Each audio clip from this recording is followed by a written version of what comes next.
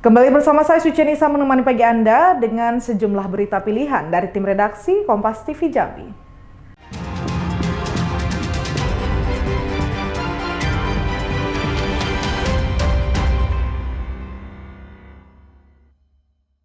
Aksi aliansi mahasiswa Jambi di Kompleks Kantor Gubernur Jambi diduga disusupi pelajar. Aksi yang awalnya berjalan tertib berujung ricuh. Sebanyak 3 orang diamankan polisi saat aksi aliansi mahasiswa Jambi berujung ricuh Senin sore. Ratusan mahasiswa dari berbagai kampus di Jambi awalnya berjalan tertib saat masuk ke kompleks kantor Gubernur Jambi. Namun di tengah aksi, barisan mahasiswa diduga disusupi sejumlah pelajar. Mahasiswa yang sempat berorasi akhirnya menghentikan aksi mereka setelah pelajar membuat keributan. Polisi awalnya hendak memfasilitasi mahasiswa memasuki kompleks perkantoran gubernur dan DPRD. Namun karena banyaknya pelajar, pagar tidak jadi dibuka. Polisi mengingatkan agar aksi dilakukan tertib dan meminta pelajar pulang. Tetapi situasi berubah memanas saat sejumlah massa mencoba mendobrak pagar kantor gubernur. Polisi terpaksa menembakkan gas air mata untuk membubarkan massa. Aksi saling lempar dan saling kejar tak terelakkan. 3 orang diduga bukan mahasiswa langsung diamankan petugas. Hingga saat ini kondisi di lokasi berangsur pulih. Ratusan petugas kepolisian masih siaga dan tim pemadam kebakaran juga disiagakan untuk mengantisipasi hal-hal yang tidak diinginkan. Wiradani Damani, Kompas TV Jambi. Kapolda Jambi menegaskan akan menindak tegas para pelaku provokasi yang terlibat dalam aksi demonstrasi ricuh di depan kantor DPRD Provinsi Jambi pada Jumat 30 Agustus 2025. Akibat aksi demonstrasi yang terjadi pada Jumat 30 Agustus 2025 berujung kerusuhan, sejumlah fasilitas umum seperti taman, pagar gedung hingga kaca kantor DPRD Provinsi Jambi mengalami kerusakan parah.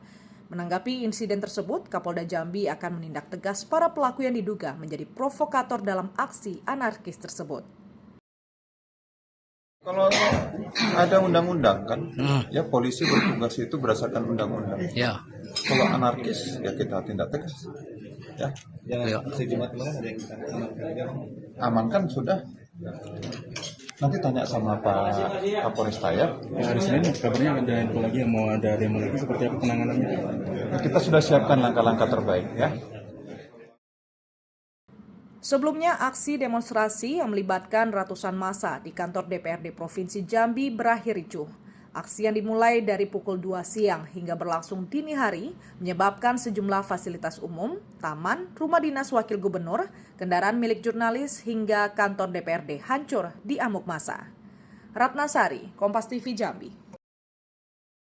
Saudara, Polda Bengkulu membatasi jam unjuk rasa yang dilakukan gabungan mahasiswa di Bengkulu hingga pukul 6 sore. Hal ini sesuai instruksi dari Presiden Prabowo dan aturan undang-undang yang berlaku. Aksi unjuk rasa yang dijadwalkan digelar oleh gabungan mahasiswa di Bengkulu dipastikan tak akan berlangsung hingga malam hari. Polda Bengkulu membatasi unjuk rasa akan berlangsung hingga pukul 6 sore saja, sesuai instruksi yang diberikan Presiden Prabowo dan juga aturan undang-undang. Masa aksi diminta untuk menyampaikan tuntutan mereka dengan damai dan tidak mudah terprovokasi yang bisa menyebabkan kericuhan. Dalam aksi ini, sebanyak 881 personil Polri dan 100 TNI disiagakan untuk mengamankan jalannya aksi unjuk rasa. Aksi untuk demo memang batasnya sampai jam 6 sore. Itu sudah harus dipahami oleh semuanya. Jadi nggak harus kita ingatkan, mereka udah tahu pasti. Kalau lebih dari jam 6, mungkin nanti pelan-pelan kita imbau untuk segera membubarkan diri.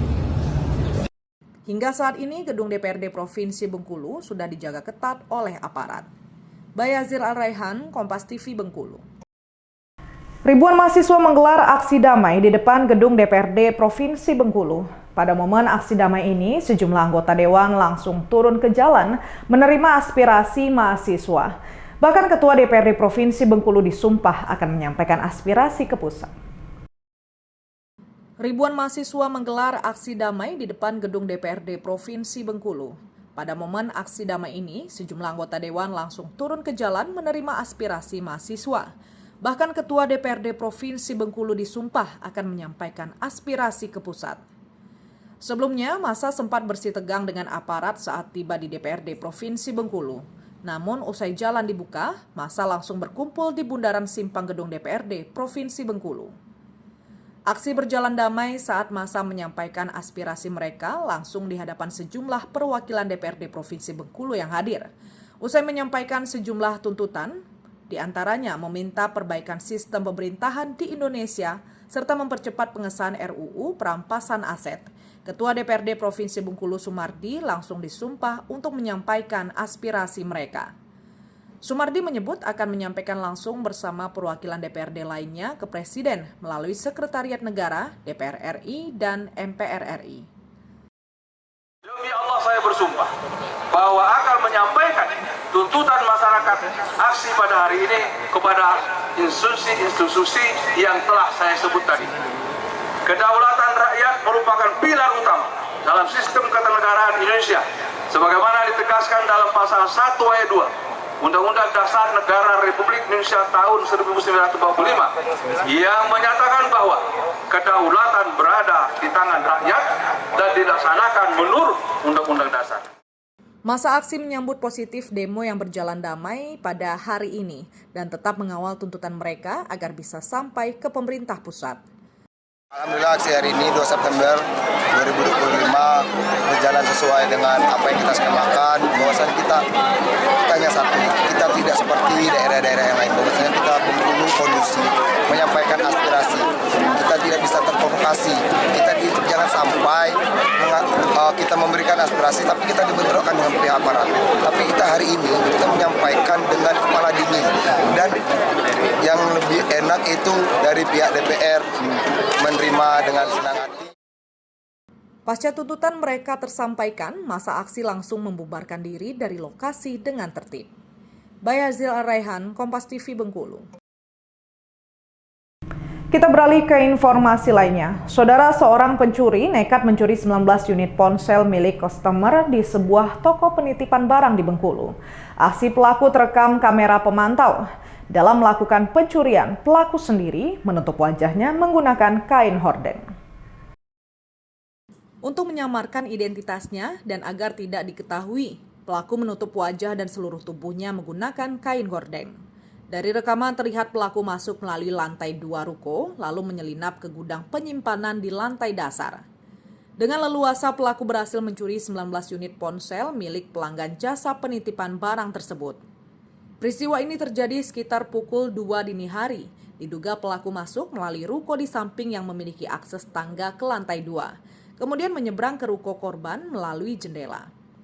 Di dalam 2.30 tuh udah keluar. Lewat lantai 2. Baru pertama kali atau? Baru pertama kali. Baru pertama kali kejadian itu? Iya, kejadian di sini baru pertama kali. Itu handphone yang orang titipan itu ya, Bang? Orang titip di sini punya customer lah.